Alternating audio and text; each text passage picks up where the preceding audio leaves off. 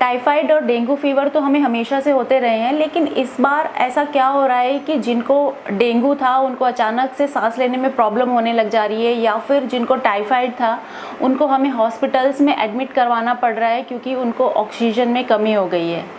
आप सभी को मेरा नमस्कार, मैं हूँ डॉक्टर प्रियंका। वैसे तो मैं यूजुअली ट्रैवल व्लॉग्स बनाती हूँ, but by profession I am doctorate in microbiology. और मेरे सामने फ़िलहाल रिसेंट के कुछ दिनों में ऐसे इंसिडेंट्स हुए हैं जिनके बारे में मुझे लगा कि मुझे आप लोगों के साथ में इस बात को शेयर करना चाहिए, क्योंकि कुछ ना कुछ कहीं ना कहीं हम ऐसी गलती कर रहे हैं जिसकी वजह से हम अपनों को बहुत तेज़ी से खोते जा रहे हैं। तो मैं उन इंसिडेंट्स के बारे में पहले आपके साथ में डिस्कस करना चाहूँगी और फिर मैं आपको बताऊँगी कि कहाँ पर हमसे सबसे ज़्यादा गलती हो रही है जिसको हमें सुधार करना चाहिए।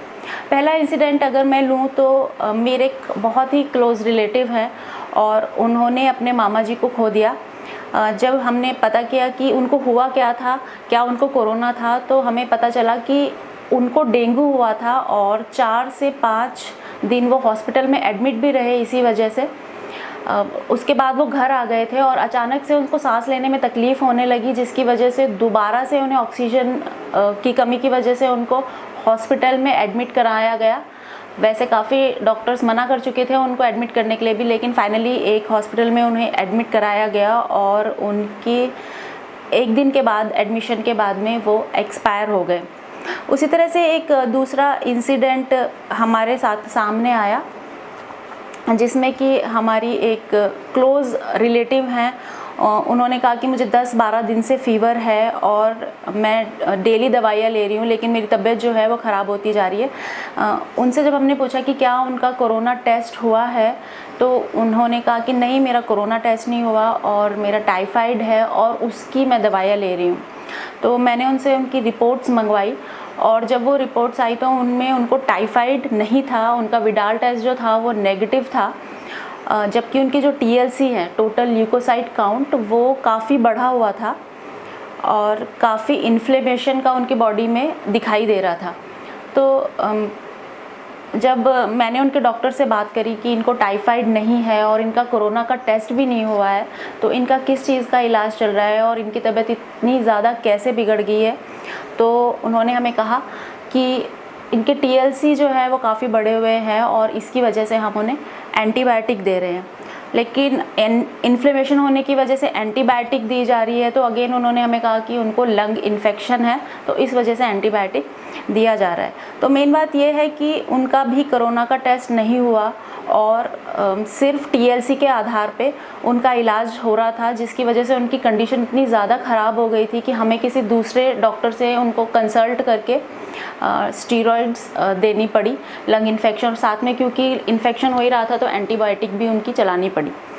थर्ड इंसिडेंट अगेन एक रिलेटिव का था, जिसमें कि अगेन उनकी भी यही हमारे सुनने में आया कि उनको डेंगू हुआ था, वो भी हॉस्पिटल में एडमिट रहे, उनको सलाइन वगैरह चढ़ाया गया और वापस जब वो घर में आ गए तो उनकी तबीयत बिगड़ने लगी, उनको ऑक्सीजन की दिक्कत होने लगी और मुझसे उन्होंने कहा कि अगर आसपास एरिया में कहीं आपको ऑक्सीजन सिलेंडर मिलते हैं तो प्लीज़ हमें बताइएगा, क्योंकि उनकी कंडीशन काफ़ी ख़राब है।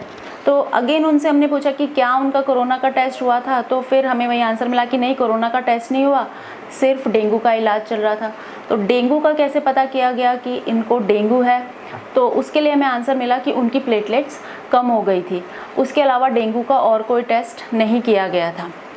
तो और नेक्स्ट एक और इंसिडेंट मैं बताती हूँ। जो 4th इंसिडेंट था उसमें हमारे क्लोज़ रिलेटिव हैं, उनको फ़ीवर आया और जैसे ही उनको फ़ीवर आया उनका हमने कोरोना का टेस्ट करवाया, साथ में उनके CBC और LFT RFT वगैरह सारे टेस्ट हुए, ब्लड शुगर लेवल वगैरह उनका टेस्ट हुआ, उनका कोरोना पॉजिटिव आया। अगेन उसमें भी प्लेटलेट्स जो हैं वो काफ़ी कम थी, ब्लड शुगर लेवल बढ़ा हुआ था और कुछ लीवर एंजाइम्स भी बढ़े हुए थे। तो क्योंकि इस तरह के इन्फेक्शन में प्लेटलेट्स वगैरह जो बॉडी की सेल्स होती हैं वो फ्लक्चुएट हो जाती हैं, कुछ एंजाइम्स हार्मोन्स वगैरह भी फ्लक्चुएट हो जाते हैं।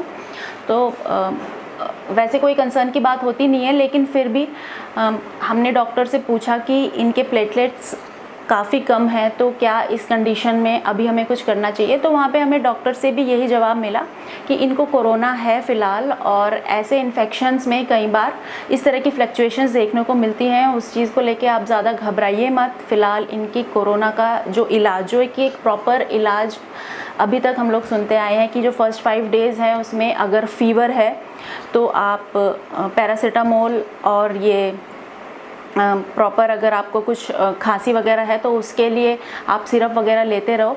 अगर 5 दिन से ऊपर भी फ़ीवर हो रहा है तो उस कंडीशन में डॉक्टर की सलाह पे आप स्टीरॉयड लो, और कितनी mg का वो स्टीरॉयड लेना है वो भी आप पूछ कर लें, क्योंकि कई बार स्टीरॉयड अगर आप स्टार्टिंग डे से ले रहे हैं या फिर टाइफाइड समझकर अगर आप स्टार्टिंग डे से एंटीबायोटिक ले रहे हैं तो आगे जाके एक कंडीशन हो जाती है जो कि आजकल आप लोग सुन ही रहे हैं, म्यूकरमाइकोसिस हो रहा है।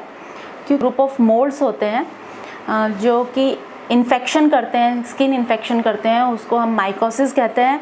और इनको अगर मैं आसान भाषा में कहूँ तो आपने कई बार देखा होगा कि अगर आप बाहर खाना छोड़ देते हैं, रोटी ब्रेड वगैरह तो कई बार सड़ जाते हैं और उन पे कॉटनी ग्रोथ आ जाती है, रुई जैसी ग्रोथ आ जाती है। हम उसको सिंपल भाषा में फफूंदी भी कहते हैं।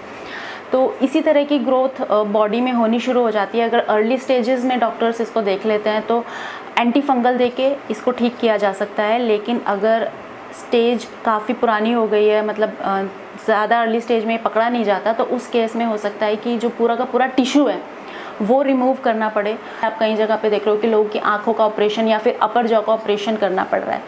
तो हम इस तरह की गलती ना करें।